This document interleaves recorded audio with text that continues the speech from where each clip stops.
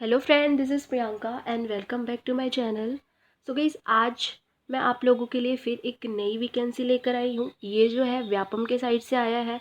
आप लोगों को बहुत सारे दिन से जो है छात्रावास अधीक्षक के पोस्ट का वेट था। वही जो है कल 1 मार्च को व्यापम की साइड से एक नोटिफिकेशन जारी किया गया था, जो कि आदिम जाति तथा अनुसूचित जाति विकास, ठीक है, उसके तहत इंद्रावती भवन, नया रायपुर, अटल नगर, छत्तीसगढ़ के द्वारा जो है ये प्रेस रिलीज किया गया है। नियुक्ति विज्ञापन है ये छत्तीसगढ़ शासन आदिम जाति तथा अनुसूचित जाति विकास संभाग मंत्रालय, नया रायपुर, अटल नगर के ज्ञापन से ये जारी किया गया है, जिसमें छात्रावास अधीक्षक श्रेणी द के रिक्त पदों की भर्ती से भरे जाने की नियुक्ति दिए जाने के फलस्वरूप छत्तीसगढ़ जनजाति तथा अनुसूचित जाति कल्याण अधीनस्थ शैक्षणिक सेवा संवर्ग तृतीय श्रेणी अलिपिक वर्गीय सेवा भर्ती नियम 2011 में उल्लेखित प्रावधान अनुसार छात्रावास अधीक्षक श्रेणी द के 300 रिक्त पदों पर, ठीक है, 300 रिक्त पदों पर बोला जा रहा था कि 500 प्लस वैकेंसी आएगी, लेकिन नहीं, 300 ही वैकेंसी आई है।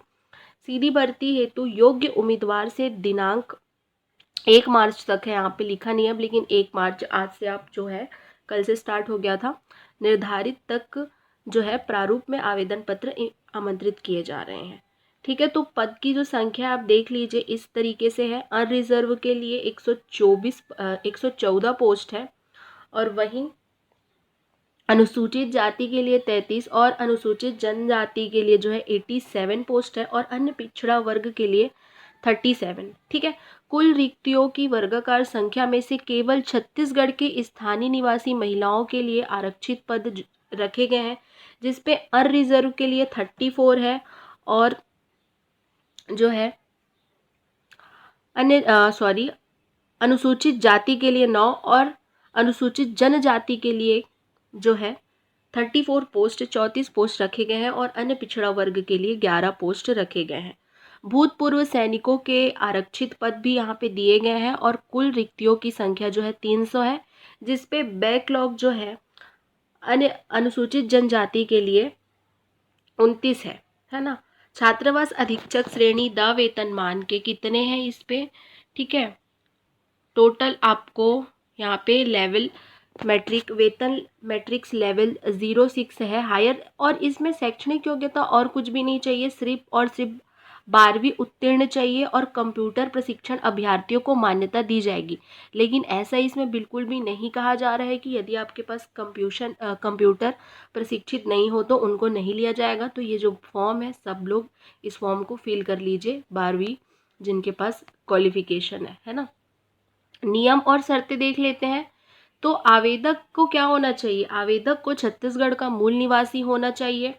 उपरोक्त रिक्त पद छत्तीसगढ़ शासन आदिम जाति तथा अनुसूचित जाति विकास विभाग मंत्रालय, महानदी भवन, नवा रायपुर, अटल द्वारा सृजित पदों के अधिकार पर है। रिक्त पदों की संख्या घट बढ़ सकती है।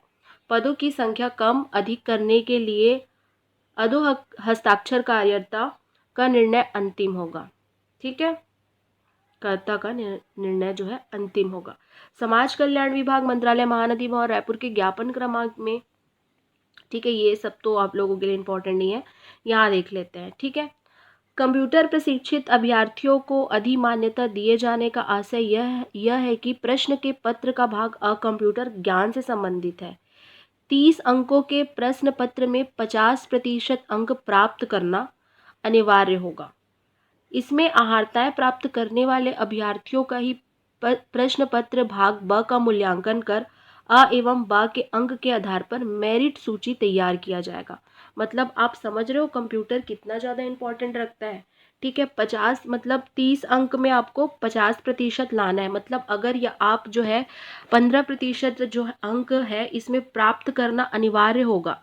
इसमें अर्हताएं प्राप्त करने वाले अभ्यर्थी का ही, मतलब यदि आप कंप्यूटर में 15 नंबर नहीं ला पाते हो तो जो आपका है, आपका ब का मूल्यांकन कर भाग अ एवं ब के अंक के आधार पर मेरिट सूची तैयार। अगर आप जो है कंप्यूटर में 15 नंबर नहीं लाते हो 30 में, तो आपका जो पेपर है वो समझो मेरे ख्याल से तो नहीं मान्य किया जाएगा, क्योंकि यहाँ पे साफ साफ लिखा गया है कि 30 अंकों के प्रश्न में से 50% अंक प्राप्त करना अनिवार्य होगा। यहाँ पे साफ साफ लिखा गया है कि अनिवार्य होगा, ठीक है। कंप्यूटर में 50% अंक लाने अनिवार्य होंगे। इसमें अर्हता प्राप्त करने वाले का ही ऐसा भी बोला गया है, तो उनका ही ब का मूल्यांकन कर भाग अ एवं ब के अंक के आधार पर मेरिट सूची तैयार किया जाएगा।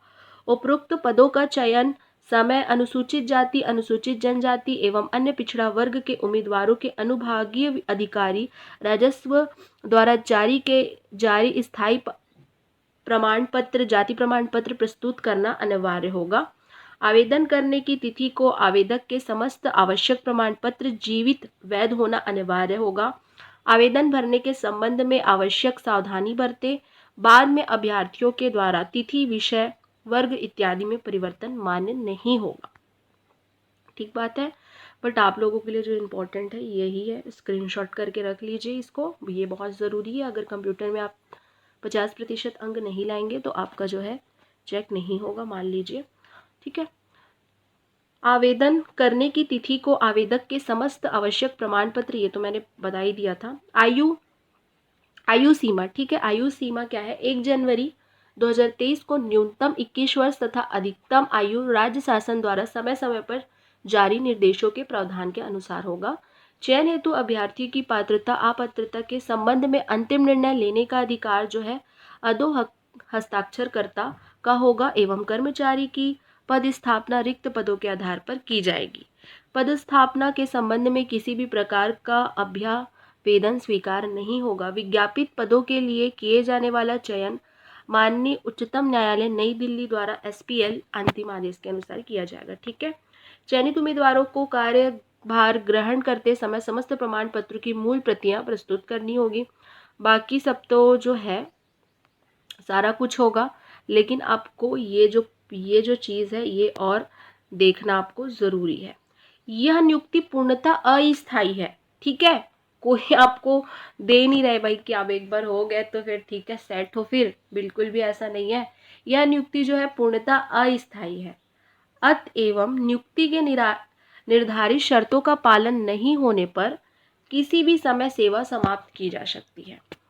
चयनित उम्मीदवारों की नियुक्ति जो है 3 वर्षों की परिवीक्षा अवधि पर की जाएगी, तो ज़्यादा खुश नहीं होना है, ठीक है। आवेदन प्रस्तुत करने की अंतिम तिथि का निर्धारित सभी योग्यताएं पूर्ण करना होगा। चाहिए उसके पश्चात प्राप्त की गई कोई भी योग्यता को मान्य नहीं किया जाएगा। मतलब जो योग्यताएं हैं वो पहले से ही आपके पास होनी चाहिए।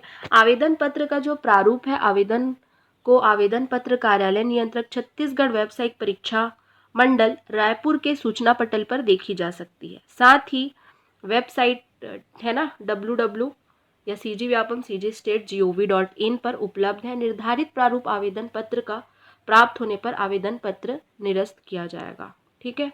आप ऑनलाइन यहाँ स्टार्ट हो गया है तो जाइए जल्दी से जो है डाल लीजिए। वीडियो को मैं यहीं पे एंड करती हूँ। यदि वीडियो अच्छी लगी है तो प्लीज़ लाइक करना और सब्सक्राइब करना और शेयर ज़रूर करना, है ना। और साथ ही साथ कोई डाउट है तो कमेंट करना एंड लाइक करना ना भूलना। Thanks for watching. मिलते हैं नेक्स्ट वीडियो में, तब तक के लिए बाय, टेक केयर।